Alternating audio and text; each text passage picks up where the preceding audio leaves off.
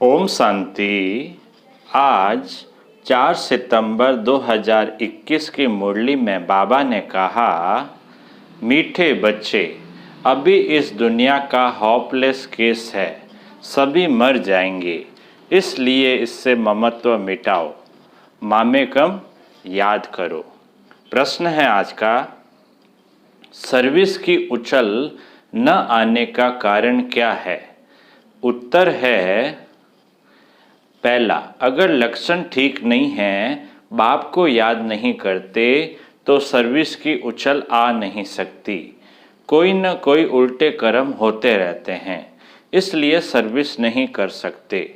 दूसरा, बाप का जो पहला डायरेक्शन है, आप मुझे मर गई दुनिया, इसे अमल में नहीं लाते।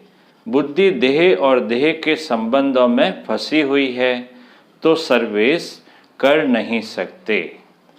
आज की मुरली का गीत है ओम नमो शिवाय।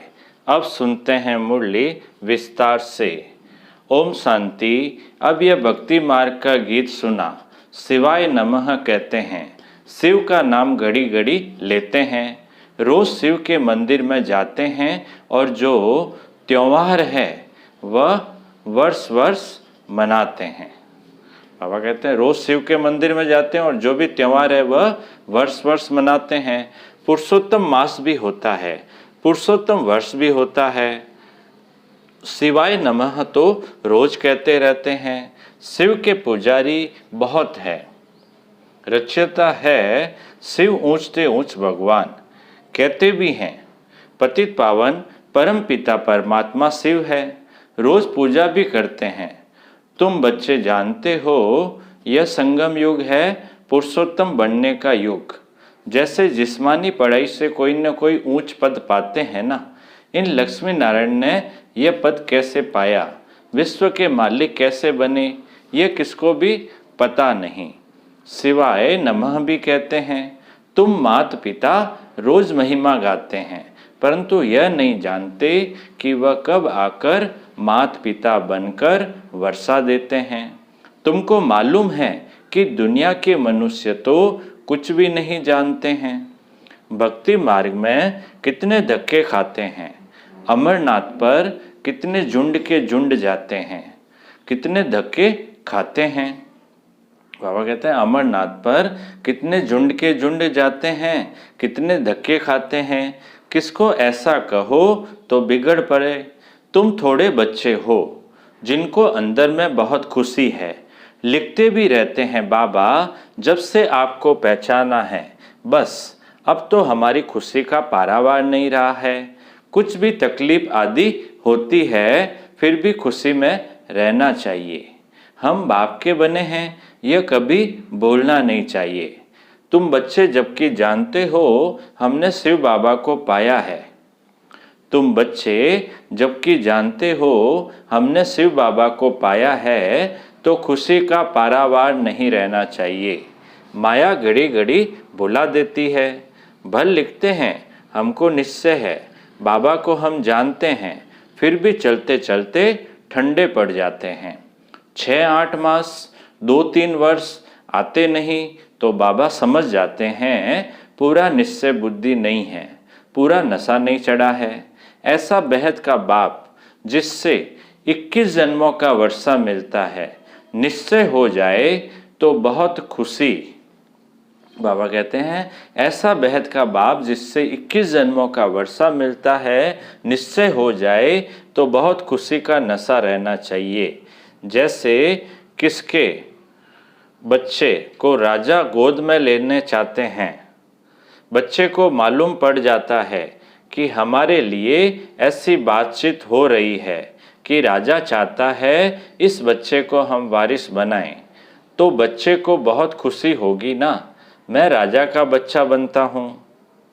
वह गरीब का बच्चा साहूकार की गोद लेते हैं तो बहुत खुशी होती है ना।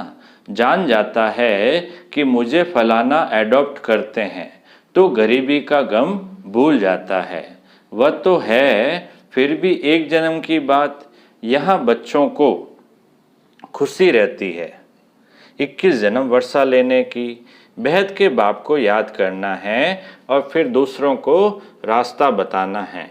शिव बाबा पतित पावन आया हुआ है। समझाते हैं तुम्हारा मैं बाप हूँ। ऐसे कोई मनुष्य नहीं कह सकते कि मैं तुम्हारा बेहद का बाप हूँ।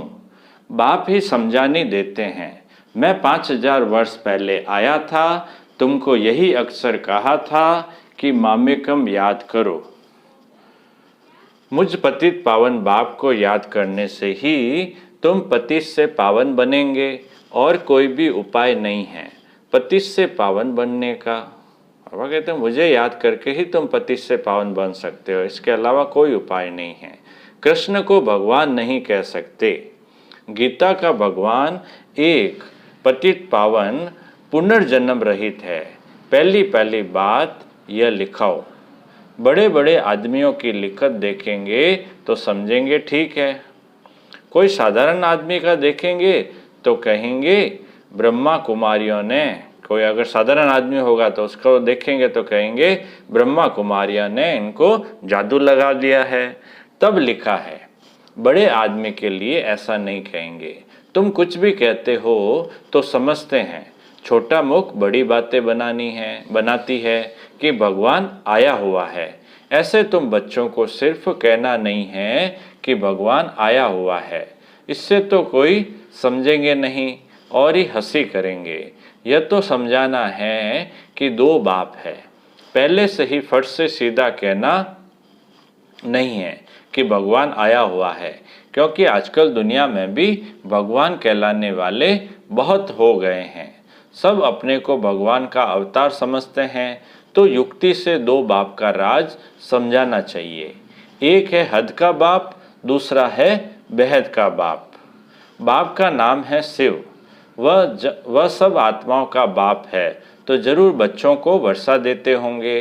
शिव जयंती भी मनाते हैं। बाबा कहते हैं शिव जयंती भी मनाते हैं।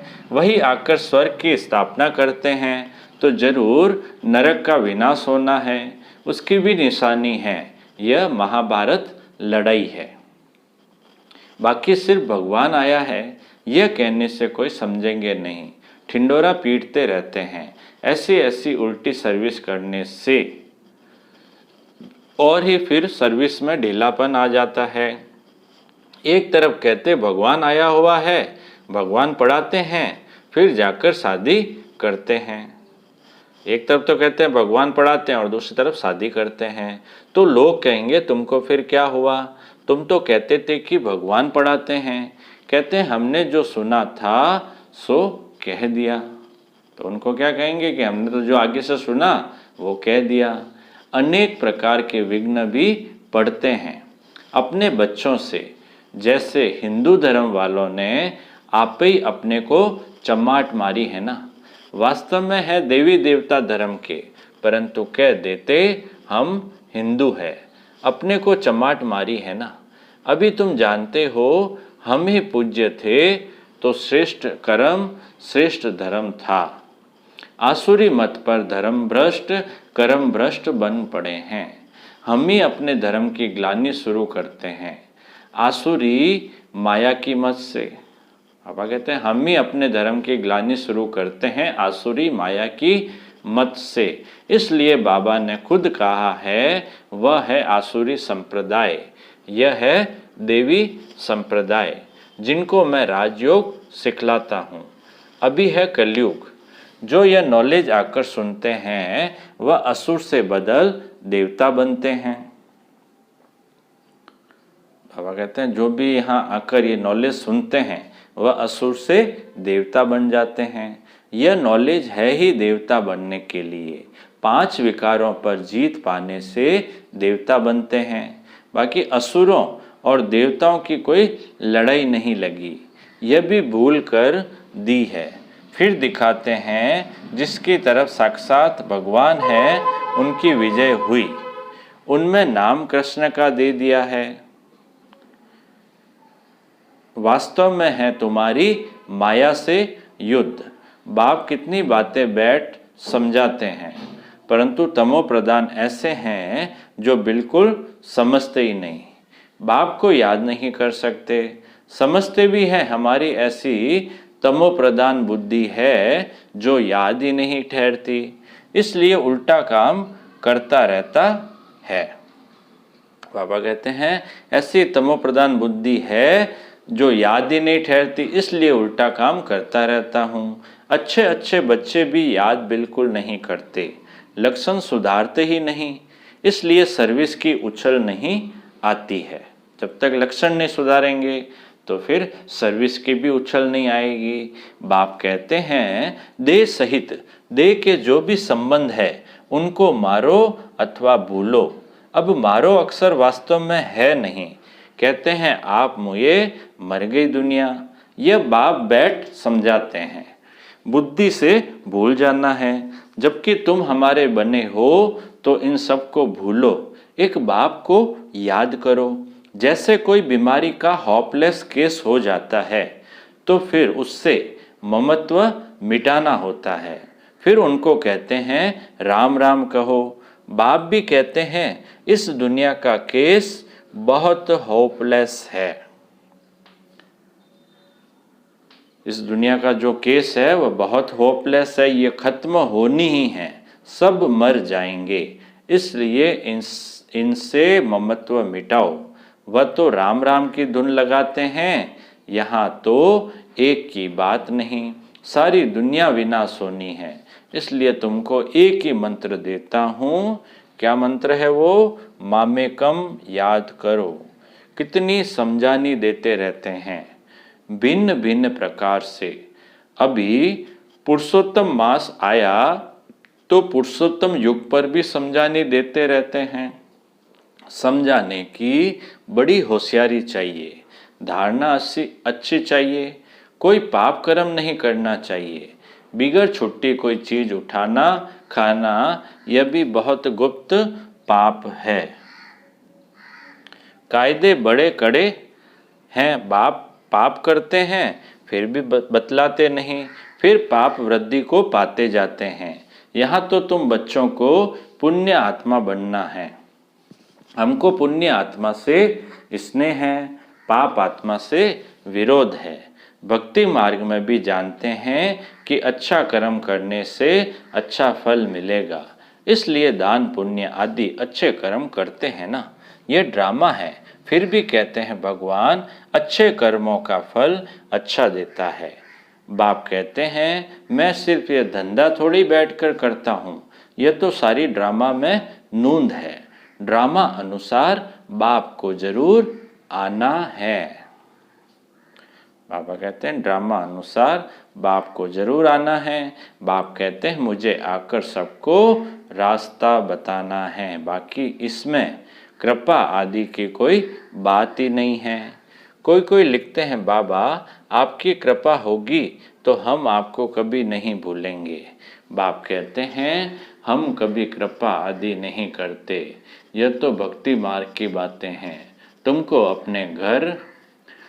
अपने पर कृपा करनी है। बाप को याद करेंगे तो विकर्म विनाश होंगे। भक्ति मार्ग की बातें ज्ञान मार्ग में होती नहीं। ज्ञान मार्ग है ही पढ़ाई, टीचर कोई पर कृपा थोड़ी करेगा, हर एक को पढ़ना है। बाप श्रीमत देते हैं उस पर चलना चाहिए ना, परंतु अपनी मत पर चलने कारण कुछ भी सर्विस नहीं करते। बच्चों को बिल्कुल पुण्य आत्मा बनना है, जरा भी कोई पाप न हो। कई बच्चे अपना पाप बताएंगे कभी नहीं। बाबा कहते हैं कई बच्चे ऐसे होते हैं जो अपना पाप बताएंगे कभी नहीं। बाप भी कहते हैं वह ऊंच पद कभी नहीं पाएंगे। गाया हुआ है चढ़े तो चाखे वैकुंठ रस, गिरे तो चखना चूर। बच्चे जानते हैं बहुत ऊंच मर्तबा है, गिरते हैं तो कोई काम के नहीं रहते। अशुद्ध अहंकार है पहला नंबर, फिर काम क्रोध लोभ भी देते हैं। लोभ भी कम नहीं, लोभ मोह भी सत्यानाश कर देते हैं। बच्चे आदि में मोह होगा तो वह याद आते रहेंगे। आत्मा तो कहती है मेरा तो एक शिव बाबा दूसरा ना कोई और कोई भी याद न पड़े, ऐसा पुरुषार्थ करना है। यह सब तो खत्म होना है। विनाश सामने खड़ा है, वर्षा तो ले नहीं सकेंगे। बाबा कहते हैं विनाश सामने खड़ा है, वर्षा तो ले नहीं सकेंगे, इसमें क्या मोह रखना है। ऐसे ऐसे अपने साथ बातें करनी है, सारी दुनिया को बुद्धि में भूलना है। यह तो सब खत्म होना ही है। तूफान ऐसे लगेंगे जो एकदम खत्म हो जाएगा। आग कहाँ लगती है और हवा जोर से आती है तो जट एकदम खलास कर देती है। आधा घंटे में 100-150 झोपड़ियों को खत्म कर देती है। तुम जानते कि इस बम्बोर को आग लगनी ही है, नहीं तो इतने सब मनुष्य कैसे मरेंगे। जो अच्छे बच्चे हैं, लक्षण भी अच्छे हैं तो सर्विस भी अच्छी करते हैं। तुम बच्चों को नशा रहना चाहिए। पूरा नशा तो अंत में रहेगा जब कर्मातीत अवस्था हो, फिर भी पुरुषार्थ करते रहते हैं। वो कहते हैं बुरा नशा तो अंत में रहेगा जब कर्मातीत अवस्था हो, फिर भी पुरुषार्थ करते रहते हैं। बनारस में शिव के मंदिर में तो बहुत जाते हैं, क्योंकि वह है ऊंच ते ऊंच भगवान। वहाँ शिव की भक्ति बहुत है। बाबा तो कहते रहते हैं वहाँ उनको जाकर समझाओ। यह शिव भगवान इन लक्ष्मी नारायण को यह वर्षा देते हैं। संगम पर ही यह वर्षा उनसे मिला हुआ है। यह समझाने से फिर ब्रह्मा सरस्वती की भी समझानी आती है। चित्रों पर बड़ा क्लियर समझा सकते हैं। इन्हों को ये राज्य कैसे मिला। इन लक्ष्मी नारायण के राज्य में भक्ति मार्ग था नहीं। कहेंगे भक्ति तो अनादि है ही, अभी तुमको कितनी नॉलेज मिली है तो नशा चढ़ना चाहिए ना।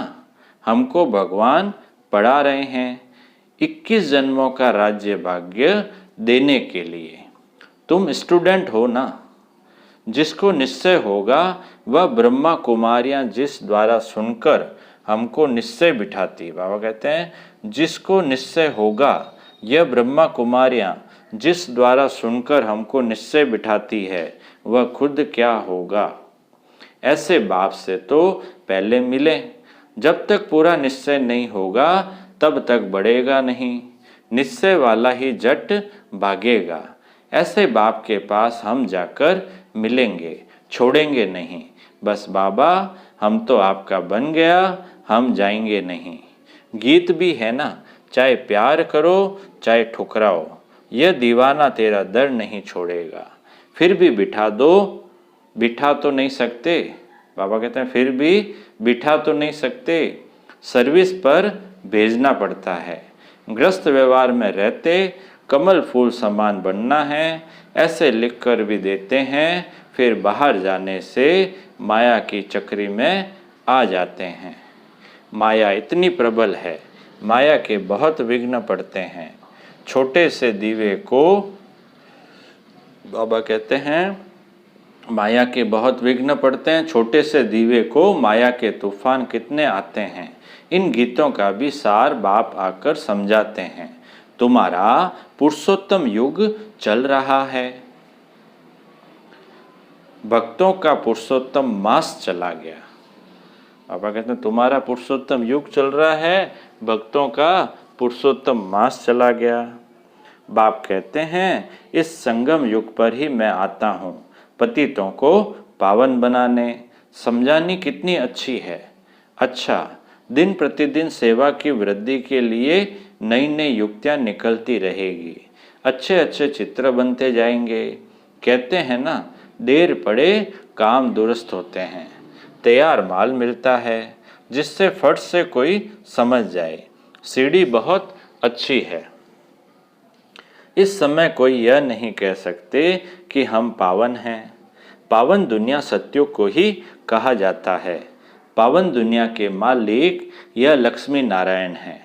अच्छा अच्छा, बाप दादा बोले मीठे मीठे सिकिलदे बच्चों प्रति माता पिता बाप दादा का याद प्यार और गुड मॉर्निंग। रूहानी बाप की रूहानी बच्चों को नमस्ते। हम रूहानी बच्चों की रूहानी बाप दादा को याद प्यार, गुड मॉर्निंग और नमस्ते नमस्ते नमस्ते सदा रहेंगे हंसते हंसते, बन जाएंगे फरिश्ते, वाह बाबा वाह, वाह मेरा भाग्य। अब पूरी मुरली में से धारणा के लिए मुख्य सार में पहला है, जरा भी कोई बड़ा अथवा सूक्ष्म पाप न हो, इसका बहुत बहुत ध्यान रखना है। कभी कोई चीज़ छिपाकर नहीं लेनी है। लोभ मोह से भी सावधान रहना है।